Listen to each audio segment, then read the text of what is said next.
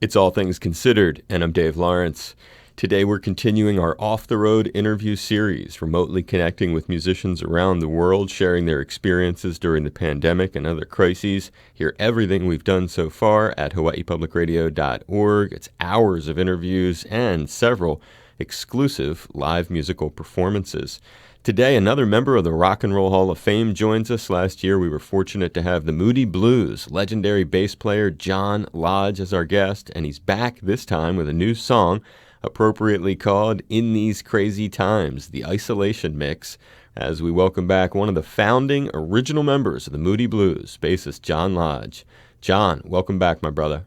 Thank you very much, Dave, and hi to everyone in Hawaii, one of my favorite places in the world. That is right, and you had great stories the last time you were with us. So first of all, let's set the stage. Brother John, where are you right now, and is this where you have been since the crisis started? Yeah, I finished my tour of America on March the 9th up in Boston.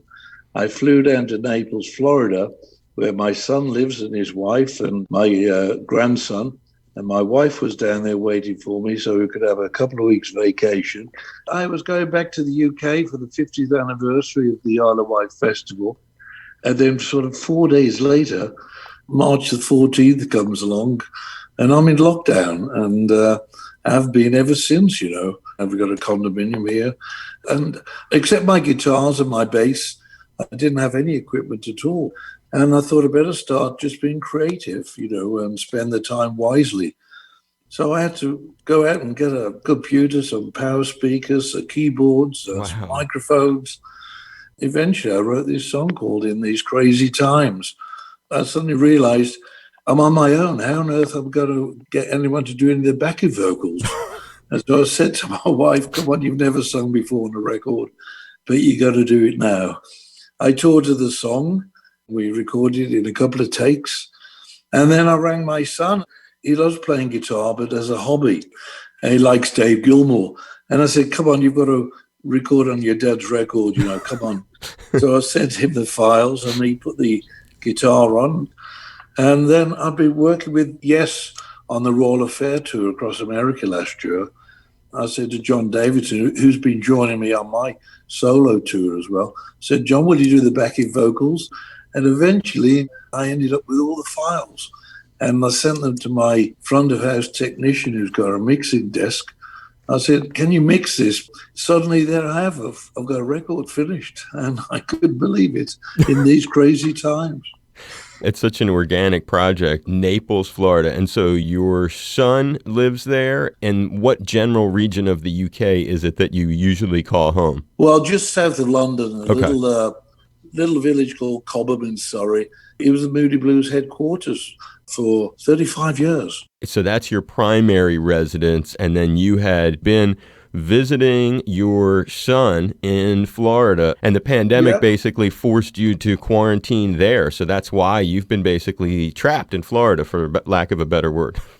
Yeah, I have, and it's been a strange time, but it's been an interesting time as well, because it's given me an opportunity to explore my bass, explore my guitars, explore piano, and explore garage band, to be honest. Right. You kind of improvised on the spot, got some stuff that you needed, and then were able to create a real home studio environment in a place that really didn't have one to start with. Yeah, to record a great vocal sound.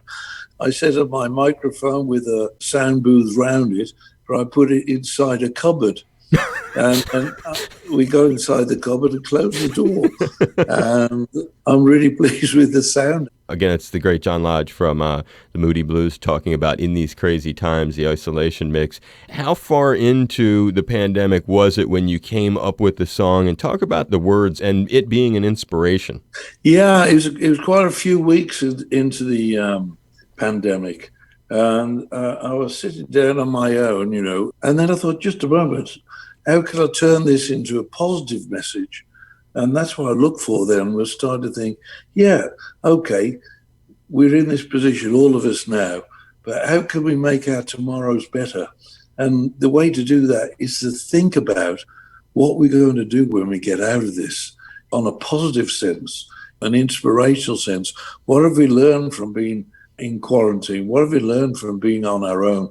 It's the positive side, so we can all enjoy ourselves. And I don't mean that from enjoyment about going laughing and everything else. I'm talking about trying to be happy within yourself. Looking towards the future with a positive light, hoping for those days when we have a world that we can go back out into with a little bit more safety. Do you go out at all right now, and where do you go if you do? I don't. If we go out, it's only for very basic stuff. Put the mask on, got my spray, and have to go to a supermarket occasionally, but that's it. Don't really go out.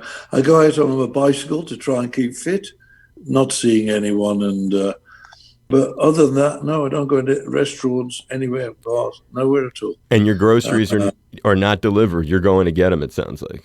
Well, I get a lot of the groceries delivered, but sometimes, bit of cabin fever, and I'll have to go out.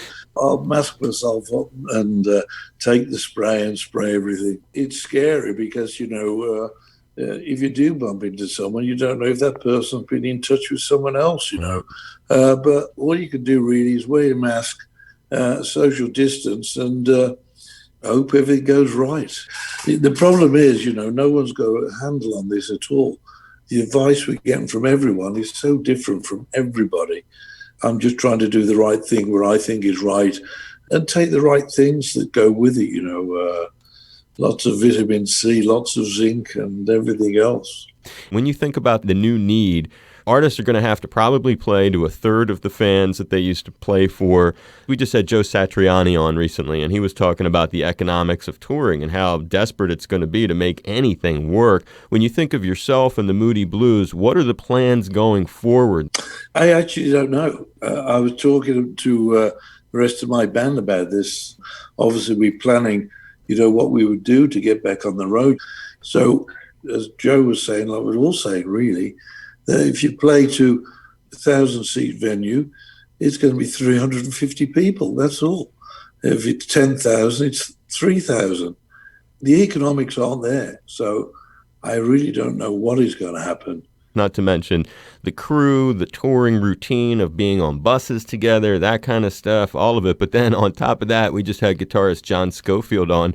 And after we ran through all of the things you and I just talked about, which are a bit frightening, he was like, never mind all of that. How about just getting on the plane to go someplace? I hadn't even got that far. No, I mean, there has never been a band with a group of musicians and the technical side guys that some of the guys have not been on the road. Right. It happens on every tour, whether it's the technicians, whether it's the ground crew, whether it's the stage crew, whether it's the artists. People get sick, and you can't afford to be sick with this virus because that's the end of the whole lot then, the whole tour would be cancelled. No question. And as we go to wrap it up and hear some of your new tune, give us an update on where your Moody Blues bandmates are during all of this. Justin's in Monaco, and Graham's in Florida as well, unfortunately, but he's stayed safe. Mike Pinder is, Mike hasn't been in the band for a few years now, but Mike's safely in California. I spoke to him just recently. Well, it's been a pleasure to get you back on the show from the legendary Moody Blues, John Lodge, with us last year. He's back with a new song that he has aptly named In These Crazy Times with your new home studio setup there in Florida. Is this the first time you've recorded there, too? Is that another first for you, Mr. It's absolutely the first, yeah. Next thing you know, it'll be like the new Abbey Road. You're going to have everybody lined up wanting to get to your garage. I'm not going to paint what I don't know whether you call it that. I'm not going to paint a zebra crossing outside. You never know. You could charge a little bit to stand in it. You have a little additional revenue, is what they call on that. Yeah, it'd be good fun. I hope this kept you reasonably interested, Brother John. It really did, Dave. Yeah, thank you very much indeed. And I'm glad we got this together because I was looking forward to talking to you and talking to Hawaii. A virtual hug and a high five, and I wish you nothing but good luck for you and your loved ones. Please stay safe, my brother. Thank you very much, Dave, and you stay safe. Aloha, man. Aloha.